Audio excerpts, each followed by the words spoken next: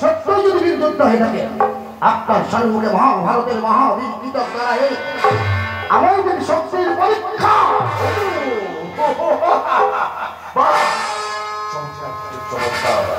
আমি শুধুই আমি একটা আমি দুধ গোলা দিয়ে তোমার মত একটা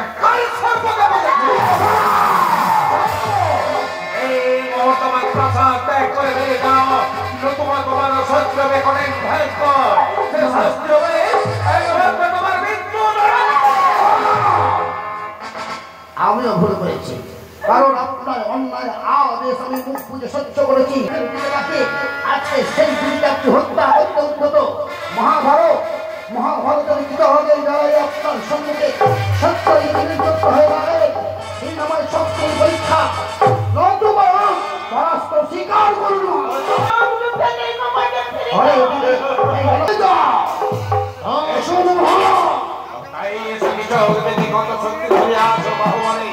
আজকের এই কক্ষটা রক্তে রক্তে রঞ্জিত হয়ে যাবে।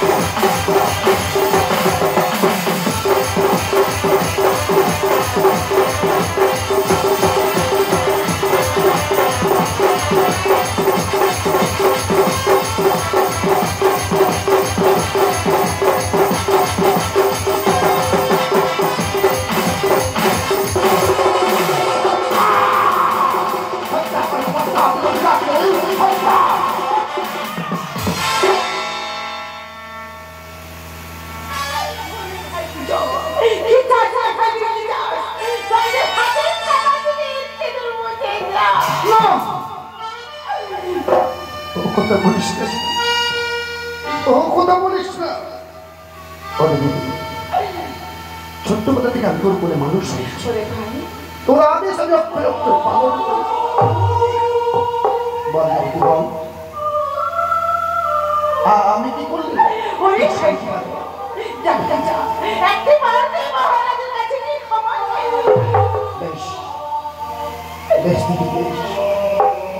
আমি তোর আদেশ মাথা পেতে দিলাম।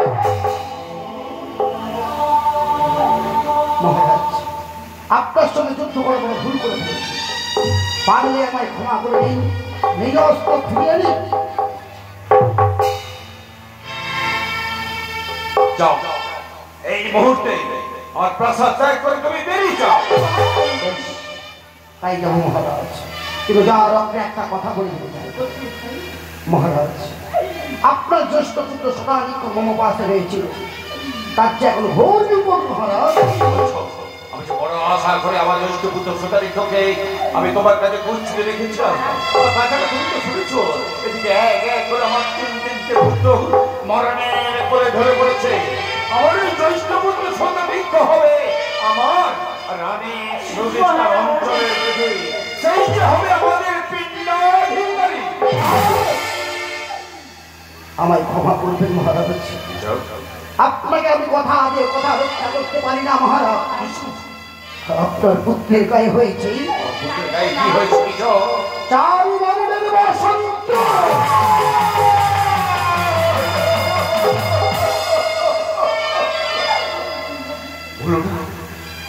বলো না কি সত্যি বলো না, সহ্য করতে পারছি না। আমার বংশের শেষ প্রদীপটা এমনি ভাবে নিভে যাবে না। ওকে যেমন হোক মাঝে তুলতে হবে। যাও চিচক যাও, এর একটা সুব্যবস্থা তুমি করো। বেশ, তবে তাই হবে মহারাজ। আমি উল্কার বেগে চলে যাবো ওই নগর মাঝে ওঝা ভান্নন্তরী ব্যবস্থা করার জন্য বনাতে পাঠাবো। মহারাজ, যেমন করে হোক আপনার এই বংশের শেষ প্রদীপটাকে আমি জ্বালে রাখার চেষ্টা করবো। তাই যাও, কিছু হোক তাই ইচ্ছা হোক।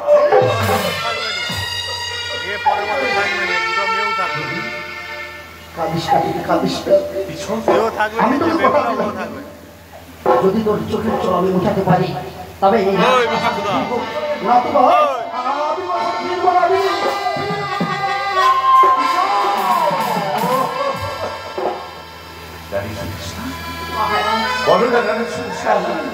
আমি যে আমার ইষ্ট দেবতার আমি তো কখনো জলস্পর্শ করি না, তবে কেন আমার ইষ্ট দেবতা এত বড় ক্ষতি করতে বলতে পারো?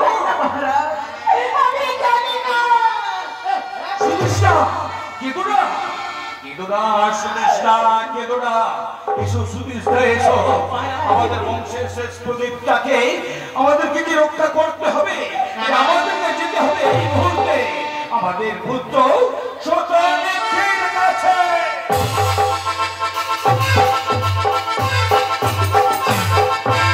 আরে চোখ তুলে দেখো না কোথায় এসেছে, আমার নতুন করে আমাদের ফিরতে এসেছে। বই তো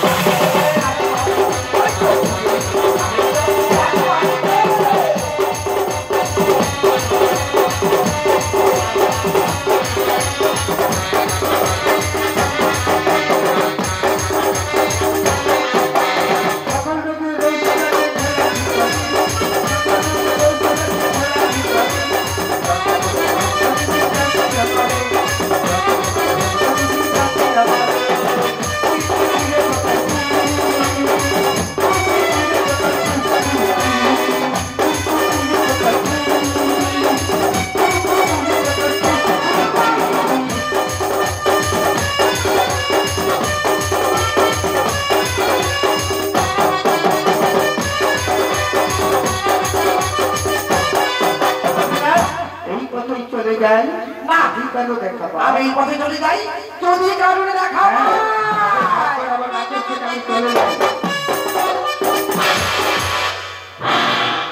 কোন সালা কোন সালা কোন সালা কোন সালা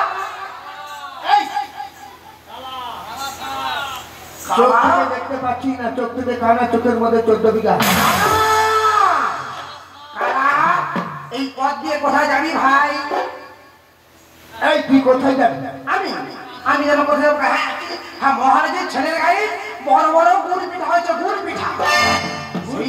হ্যাঁ সেই জন্য মহারাজ যেন কি বললো কি বললো কি বললো, হ্যাঁ ধনে ধনে চুলকানি, ধনে চুলকানি, ধনে চুলকানি বুঝতে পেরেছি। আরে কি মূর্খ বলে ধনে চুলকানি, ধনে চুলকানি। ধনে চুলকানি নয়, ধনে চুলকানি নয়, ধনে পান মৌরি, ধনে পান মৌরি কোথায় গেলে পাওয়া যাবে বলতে পারবি ভাই?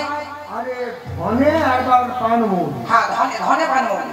মূর্খ কোথাকার বল, ধনে পান মৌরি। হ্যাঁ ধনে ধনে পান মৌরি তো নয়, ধনে পান মৌরি। আরে যেটা গুড় পিঠা হলে, গুড় পিঠা হলে হয়।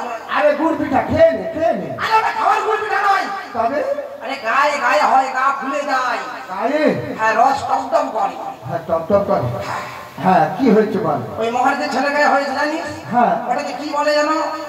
ওকে বলে বসন্ত। হ্যাঁ বসন্ত, বসন্ত, বসন্ত। আর সেই জন্য মহারাজ বলেছে ধনন্তরী বৈদ্যরাজ খুঁজবে। আমার চেহারা খানা দেখে বিশ্বাস হচ্ছে না? কেন আপনার চেয়ার, আপনি কি চেয়ার নিয়ে ঘুরে? মানে স্বয়ং ধনন্তরী বৈদ্য। ও আপনি স্বয়ং ধনন্তরী বৈদ্যরাজ। আর আপনি নিশ্চয় সাথে কোনো গুণাগুণ আছে? আছে। তাহলে তো বলুন, আমি শ্রবণ করি।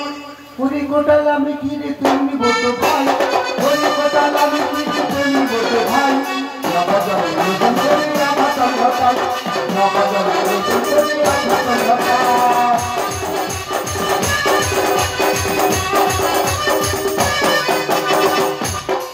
শুনলে তো? আরো কি কথা বলেছে? ঔষধ, ওরে আমার ঔষধ এমন করা খেলে হবে জোড়া জোড়া, আমার ঔষধ এমন করা খেলে হবে জোড়া জোড়া। হলে পারে হলিদের খাওয়াই, হলে পারে সকালে পাঠা, কথা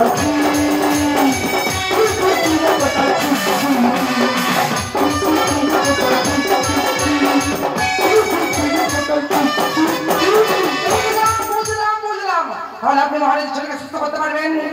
আর মহারাজের কি বলছে শুনেছেন? মহারাজের ছেলেকে সুস্থ করতে পারবেন, তার ছেলের বদলে তাকে স্বর্ণ দেওয়া হবে। আমি যেসব ঔষধের নাম বলছি তাড়াতাড়ি ব্যবস্থা করবে। আপনি মহারাজের কাছে চলুন, তারপরে ব্যবস্থা করবে।